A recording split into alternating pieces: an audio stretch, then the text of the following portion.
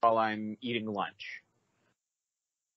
Anything else that happens with the internet, I'm usually on my phone. For example, one of the things, I don't just stare at Facebook or Twitter or whatever when I'm going to bed. Granted, this still isn't necessarily good for you, but I usually either listen to some sort of podcast, or I watch. There's a very specific Twitch streamer that posts these really long streams of this game that I'm into. And so, 20 minutes in, I'll just be nodding off, and then I go to bed. Okay. Yeah. Which is better than just doom scrolling for an hour before you sleep. No, yeah. I see. You're right. That's a good difference. Yeah, I guess, like I said, in my situation, it's just having all these extra computers just gives me, I just use whatever's closest. It's nice to have it just be near something. Whereas you seem to have a very, like you said, maybe not rigid, but structured setup. Structured is the right word for it. You have a way to do it, but the thing is, I like my flexibility. If one of my 20 laptops goes down, I got options.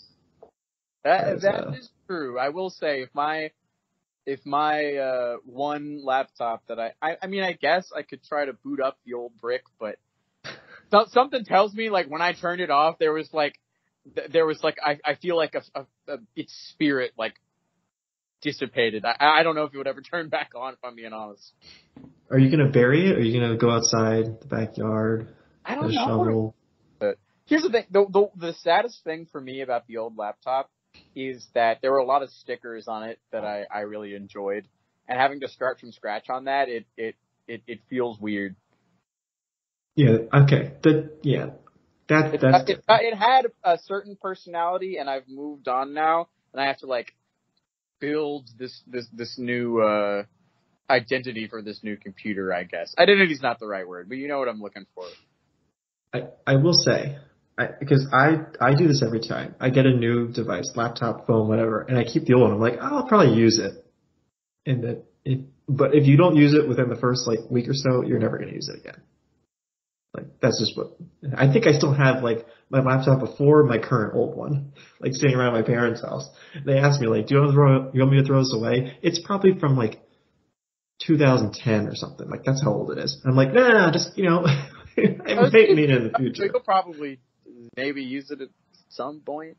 I've got 3 old phones too. I'm like, yeah, you know what? Well, just in case. You never know. What if I need that phone from 2009? You never know. I mean, my old phones have all been either handed down, because I have a large family. Usually what happens is either it gets traded in with our phone plan or whatever, or if that doesn't happen, I have 6 various younger siblings and cousins that it could potentially go to.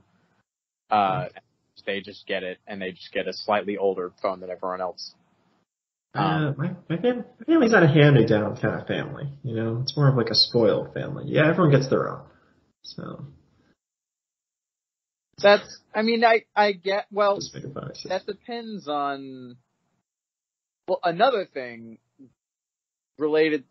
It's I could go on such a hard tangent right now about how kids shouldn't have phones, or if they do, they should be BlackBerries, but I'm not going to do that. I think it makes sense to have younger kids have worse phones. It's if you're gonna give them an iPhone, it's maybe at the very least they won't get as addicted to whatever nonsense if it runs slower and is worse at what it does. But they can still text their friends and do whatever they're gonna do. It's Instagram keeps crashing on their old iPhone, so they can't use it, I guess. Oh well. No, that's literally happened with one of my cousins. My youngest cousin, she was I don't really use, I think it was Snapchat, because it doesn't really run really well on this super old phone that I have. And I'm oh, that's good. I mean, Snapchat's not, not that bad of a. Yeah, Snapchat famously uses 20 gigabytes of memory. Yeah. So Can't.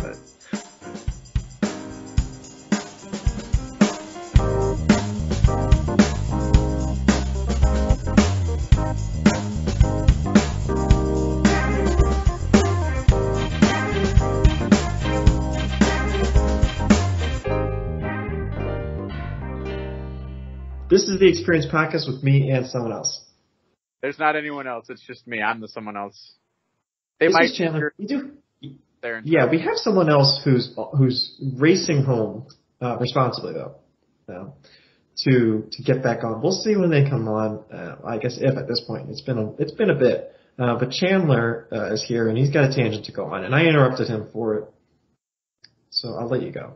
Okay. Go ahead. So here is my, because a lot of people are like, no person under the age of 13 should have any kind of technology ever. And I'm like, that's not quite the solution, because A, they'll like hate you for it, and B, like, they'll probably just be using a bunch of technology whenever they go to their friends' houses and like have the same brain rot occurring. So it's like, they can have technology, you just have to like watch them and like be a responsible parent. You make sure, like, if they do that, first of all, they shouldn't have unrestricted access to the internet, but they can have the technology. Like, if you give a kid, like, I don't know, give them like a drawing tablet if they're into art, and like if you give them an iPad with like fucking whatever, I don't know anything about artist software, but like put artist software on the iPad and not TikTok, they're going to use the artist software, and then they're going to get really good at art, and now you have a child that's good at art. Congratulations, you had to do almost nothing except not let them access the brain rot of the internet whenever they want it. I'm so lucky that the internet was like bad enough as I was growing up that I didn't get completely like lost in the sludge. Like, I know so many of the, like, my friends that are just even slightly younger than me are like, God, I hate everything about the way the internet is, but I'm addicted to it now, and I don't have enough mental energy to like dig myself out of it. Anyway, that's the majority of the tangent I wanted to go on. I have a question, and I'm wondering if you can answer it, because I'm not rich enough to have these streaming services with no ads. Okay, some of them I have ads. All right, I'm not afraid to admit it. Okay, I'm putting myself out there. I think it's Hulu is the only. Well, it's really just Hulu that's the only one. But I got ads with it. Okay, so I've been seeing quite a few ads recently. Yeah. Where I'm not sure exactly like how the scripted part of it is, but the point is that Instagram says they're supporting some, I think it's Instagram, is supporting some government resolution to limit social media access for kids under the age of, I forget what age, 12, whatever it is. Like, I guess there's some bill or something about that. Why is Instagram? So what are they getting out of this, right? Why are they so interested in limiting access to these kids? Is it advertising? Is it an advertising thing? Is it because they want to have advertisers feel a little safer about just advertising to adults? That's enough. Chase, weigh in since you didn't hear any. Hello, can you hear me? Yes. Okay, it says my microphone is fucking muted. That's incredible. Also, sorry about the traffic. That was god awful for once. Weigh in on what now? Instagram is supporting a bill that 13-year-olds should have like restricted access to the internet or something. I don't know. I just stole the show from you on that, Daniel. Sorry. Oh, I would say just be a better parent, LOL. That's what I'm saying. And also, like, good luck enforcing that. Yeah. How is that going to be enforceable in any way, shape, or form? Like, any kind of technology. Okay. Now I'm gonna go down this path, and do not let this be taken as I think that AI as it's going is a super good thing and everyone should do it all the time. No, I hate AI and everything about it. But I hear people calling for like the government to do something about AI and like regulate it in some way. And I'm like, I mean, maybe, like, I don't even disagree with your premise, but what the fuck do you think they're gonna do? They're all old boomers that don't even understand Facebook. Like, what do you think they're gonna do? Yeah, nothing competent, that's for sure. And even if they do come up with, it'll be nigh on unenforceable. It's like they. Okay. Hold on. Before we go too off the rails, or maybe I should let it go. But I guess my question was more directed at what is Instagram getting out of this, right? Why are they? Because I've seen this ad so many times. So why are they so headfast on doing this? I think it's right? Advertiser thing. My guess is that it's an advertiser thing because they've had things before of like, I mean, pretty much every social media's had a issue where advertisers have pulled their ads because someone posted something terrible on their platform. That's what I was assuming. I was wondering if there was something else to it. I guess that's all it is. No. But the bill or whatever aside, right? The effectiveness of what the proposed bill would be. I'm just like, wow, Instagram's really pushing this. Don't this like fancy social media thing. Yeah. Well, that ship sailed a long time ago. Long fucking time ago. So, that's about it. Anyway. All right, that's the podcast. Thanks for listening. Yeah, of course. So, now that I'm fashionably late and ruining the flow, how are you, Chandler? I haven't spoken to you since like late 2022, right? That was way more specific than I have absolutely no idea if I'm being. Something like that. Is that true? I thought you guys have been on recently together. That's not. I can't. Right? No, it's been a while. It doesn't really matter. I'm gonna figure this out. You guys talk or whatever. Do whatever you want. Try to track down whatever episode. To the archives, the library. You see, I will ask you this. Have you ever listened to any of the podcasts that you have been on? Or honestly, any of the podcasts? Just one. Honest to God. I don't know, I just kind of... Have been on or not been on? That I've been on, yes. Okay. The rest of the time, I'm like, oh God, my voice, I can't stand it. No, thank you. Yeah, that's fair. Very, very, again, the only good episode of this podcast is Old Women with Sticks, and I will stand by that until I die. Podcast for silent film or something? I am, Dan, I'm sure the answer is no, Daniel, but has Dan ever said anything about being on the podcast again, or is he just completely, you've lost him for good? I think we've lost him for good. He doesn't respond. Well, no, that's not true. He is great because at least he responds to my messages. He just says no every time. So, like that's almost. I feel like it's almost worse than like just getting ghosted because it's like eventually it's like all right, you figure it out. But no, he's reaffirming the no every time. I think I've mentioned this before. No. I'd rather you reaffirm. I'd rather have the response. Okay. And that's also, and mostly because like, yeah, you should just do it and be straightforward, but also because I've gotten unghosted before. Unghosted? I've asked people to go on the podcast, like I'll send like 2 or 3 messages, they don't respond, and then then eventually they'll be like, oh sorry, I just saw this, whatever. I'm like, first of all, what? But they'll be like, yeah, I'll come on next week. I can't remember who did that recently. You know what? No, I was gonna say maybe it was you, Chandler. I don't think it was you. No, I don't. I've been pretty consistent about being on the podcast. But yeah, some people there was one or two people recently that did that. I was like, whoa, you okay? Yeah, sure, you can come back on. Yeah, unghosting.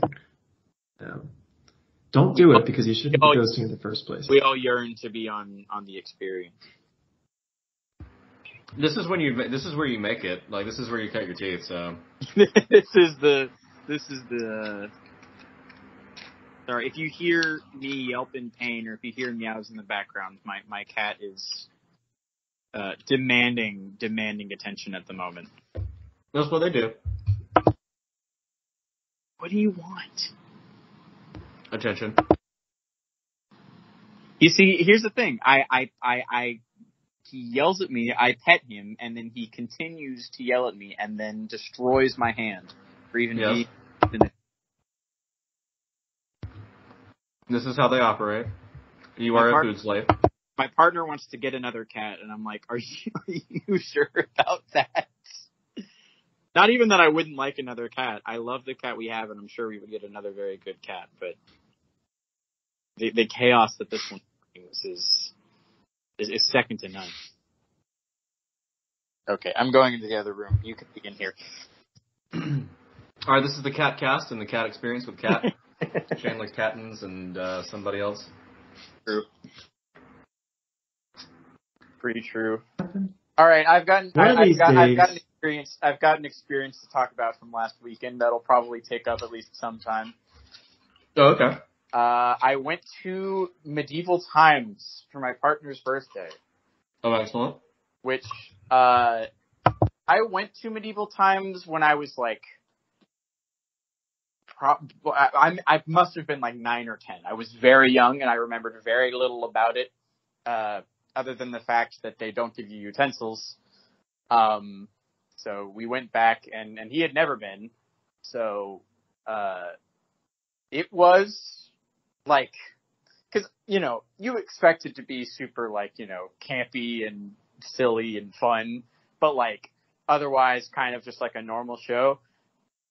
They put on a hell of a show for a Medieval Times in a mall in North Georgia. Like, I came in expecting like a 3-star show, and it was like a 4.2. It was good. I can highly recommend it. The jousting was beautiful, surprisingly impressive, and also our night won, so I'm biased. You know how it works? They have like a bunch of separate night sections. Yeah. I went to a medieval a sim, I guess. Geez, it had to be like 10, 12 years ago, something like that. Yeah. Got a nice, got big ass wooden swords out of it, so that was fun. They really do be selling you stuff. That's the one. My biggest complaint is that like, they try to like turn the lights off and like be all dramatic, but then they would have like the people trying to sell you glowy swords like hot dogs at a baseball stadium. And it's just like directly in your face. It's just like rapidly flashing lights while I'm trying to watch horses do horse things. Yeah, a little epilepsy in Medieval Times. Yeah. It's like, I don't know. I could appreciate and I will say they probably make like 30% of their revenue off of just selling glowy swords to children that are super excited. But it does take a little bit away from the grandeur of the experience. Yeah. I remember the other thing I liked about it was there's this giant fucking like mutton or whatever, like giant fucking like bones of meat, just huge fucking leg or whatever. I was like, Jesus, how the hell do you eat those?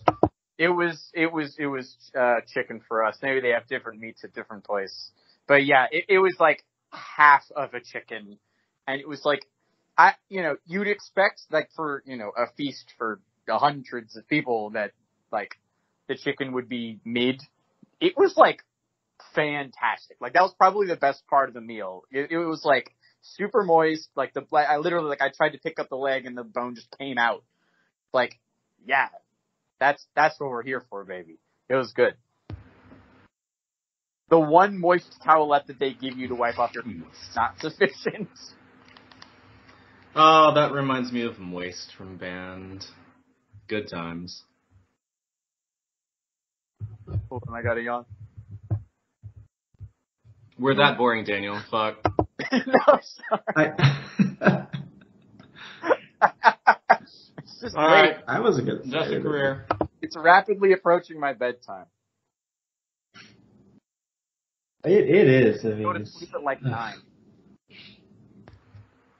It's late. I will say, like after college, where I was staying up to like fucking 3 or 4 in the morning all the time. I eventually became like a boomer, and I go to sleep sometimes like 9 as well, sometimes 11. Like it's like, fuck, I'm tired now. I have to be up in the morning for shit. So Eventually, your body just stops being able to commit it. It's like Okay, I have. Go ahead, Charlie. you were about to go into it. I could hear it in your voice. What is it, Daniel? Well, I got shamed. Okay, shamed for going to sleep at like 10:30 by my sister. Saying I that can give you more was early or context. late? That's a great question, and I appreciate that because that means it's a good time. I feel like 10:30 is a very normal time to go to bed. Well, let me give you some context because part of this is my sister. I'm calling her out. Okay. She said, "Why are you going to bed at 10:30?" I was like, "I feel like it's a reasonable time." It was on vacation. Does that affect it? Okay. On vacation, here's the thing. I don't think the window shifts on vacation. I think it simply widens. I think you can go to bed whenever the fuck you want on vacation. Okay. Like, and go to bed at also 6 p.m., you go to bed at 2 a.m., either is acceptable. Well, here's more. It's not like we were like going out in the town too. We were like in the hotel. Okay, that's the other thing. Like I can understand if you have plans, right? But this is like the day was done. We had been back from like I think we went to dinner. It was like a family vacation. We had been back from dinner for a couple hours by then. So, well, yeah, maybe they were just upset. Were you all in the same like room? We were in the same room, and she was upset that I turned off the lights at 10:30. When I told her I'm going to turn off the lights at 10:30, I told her pretty straight. I was like, well, she wanted to watch.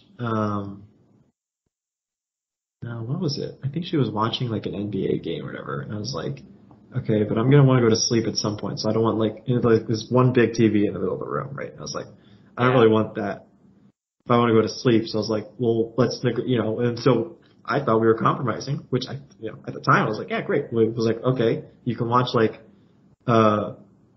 maybe like the first 3 quarters, maybe it's the first half, whatever it is. We had some benchmark. It was like, but then she could watch on her phone too. It wasn't like, she had her phone and she could watch it in her bed on the other side of the room. So, that was again, and we agreed to it, but and so I guess halftime or whatever it was happened to be at 10:30.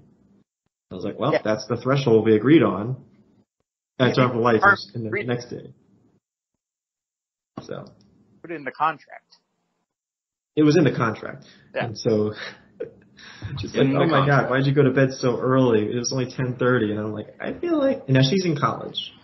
So she's still in that, I guess that mindset.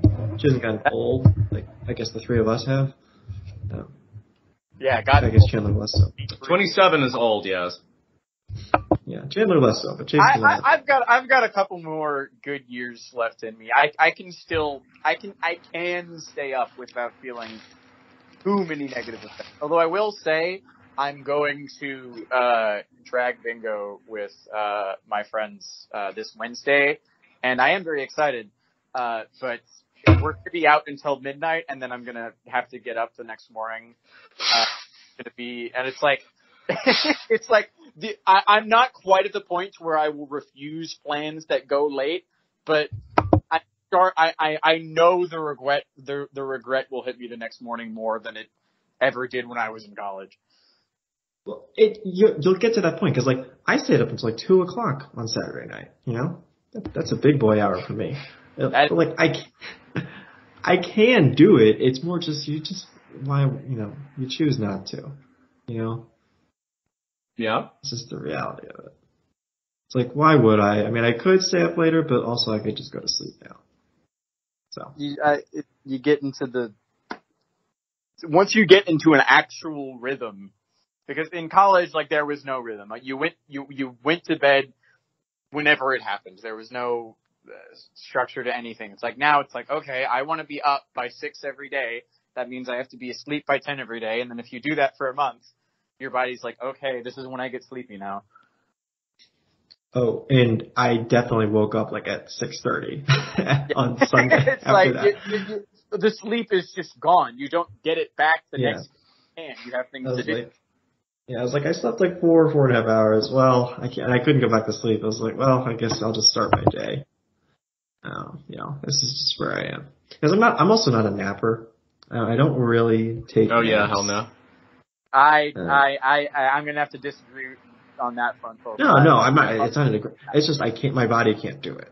Like I'll just end up, I'll try to take like a 20-minute nap, but it'll take me like 3 hours. And then I feel like I'm just wasting my time. I've perfected the formula to be able to, like, at least for me, what works for me when I need to nap. It's like I set a 25-minute alarm on my phone. I set it down, and then that 5 minutes is exactly the amount of time that I need to drift off.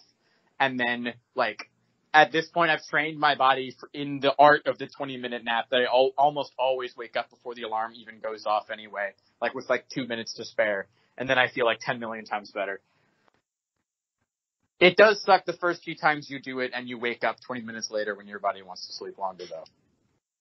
I've tried it all. I've tried all the hacks. I've done all the hacks. I never could. My mom always told me I Yeah. was a light sleeper even as a baby, so I was fucked from the moment I came out the womb. Yeah, I'm also a light sleeper too, so it just doesn't work. I used to be way deeper of a sleeper than I am now. Like, my family always tells me the story of, like, I don't know if y'all in Georgia heard much about this, but we had some really nasty tornadoes come up through Alabama when I was a kid. What year? Was it 08? Say that one more time? I was going to say, was it 2008? 2011? It must have been. It must have been. One of those two, because I've got plenty of tornado stories to share. Yeah. Anyway, nasty tornado came. Thankfully, our neighborhood wasn't too affected. But still did get, like, a really, really nasty storm. Probably one of the nastiest I've ever been in. But our house that we were in at the time, I was in a room in the basement, and the basement was like, kind of like, like very underground. A, and B, I was a super deep sleeper when I was a kid. And so I woke up and all of my family was in my room, like, sheltering from the storm. And I'm like, what's going on? It's like, they all came in and, like, were, like, making a bunch of noise, and I didn't wake up until, like, 30 minutes later when they'd already been sitting there for a while, and they were like, we won't wake them up. Despite the fact that, like, wind is, like, pelting the house above.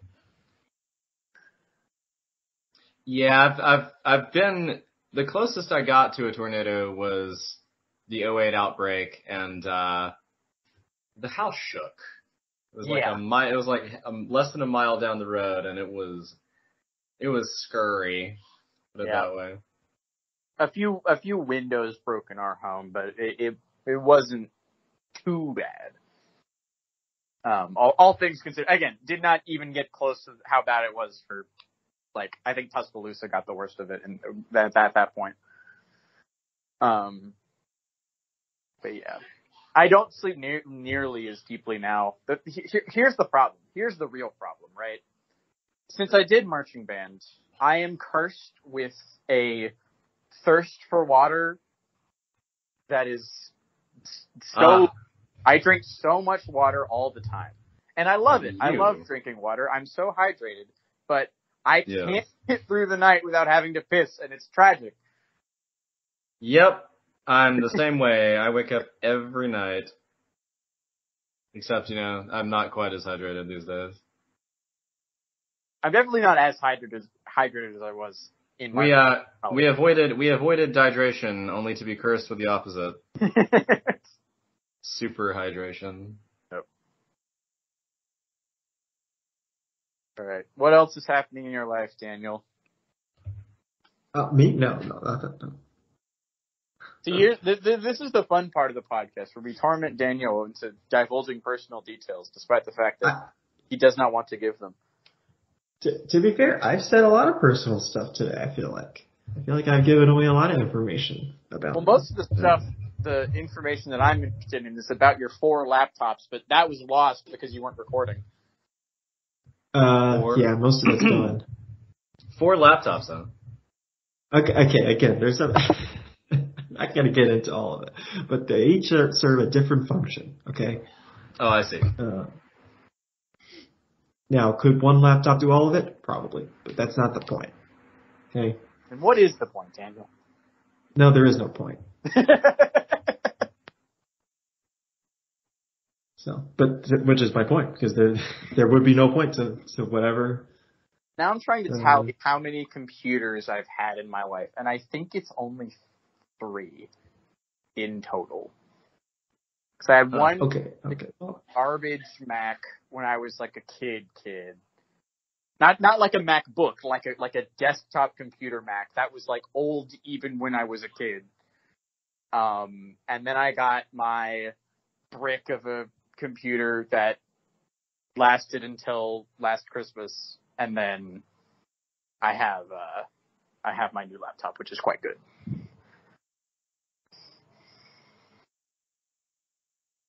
So I have used less laptops or computers in my life than you currently own, Daniel. Wow. How does that make you feel? Well, to be fair, okay, again, one of them, we got to go through it. One of them is just a tablet kind of thing that I only use for recording this podcast, and you know what? I guess I kind of use it on the road, sort of a thing. Okay, see, and then one is a work laptop. Like, you know, these are really not. There's only 2 that really serve as personal use computers. And one of them, I could retire. And maybe I should. But I won't. For reasons laid out before we started recording. So we won't re-go down the same tangent. Yeah, we won't go down that because, yeah, it's too much trauma for Chandler. But,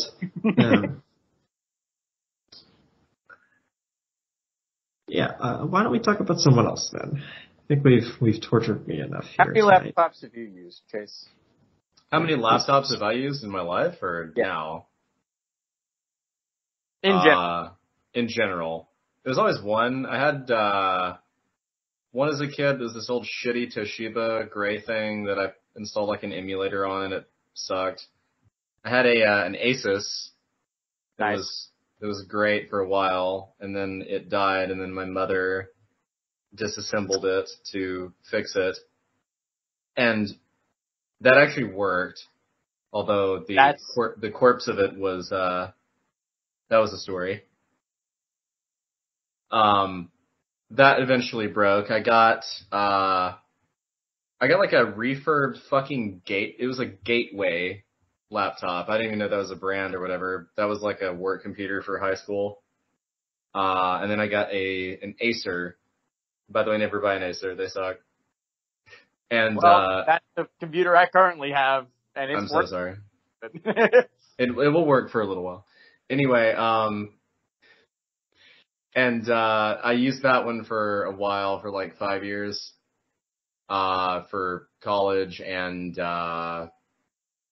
like before I got a job, portfolio and shit. Yeah. And then like nowadays I use either my PC or a phone for anything. And, so I've never had, like, I don't know, I'm kind of past the laptop phase, I'll put it that way. Unless I have to, like, at my last job, I, had like a work laptop or whatever, but that, I don't know, that's not mine. That doesn't count. Yeah. Yeah, my work, they did not give us a laptop, but as we all essentially just like remote desktop into our computers in the office. Good old Citrix. Yeah. It works fine. It does not. And our IT guy has to spend an hour, and then You only have one IT guy for Citrix. God help your company. We don't have a lot of employees. Like, we're a small company, so it's not that deep. Oh, well, maybe the Citrix issues aren't as bad because when we used Citrix, it was a complete disaster. We were transitioning away from it because it was terrible. And at my mom's company, they all use Citrix, and it's a complete and utter nuclear fallout. Yeah. It's so bad. Could be worse. Could be worse on our end. But I mean, it pretty much every day there is like a ping in the channel. It's like, Felix, help! It's broken again. But that dances between. So it's like, for me, it's only like once every 2 weeks, and then it doesn't take that long.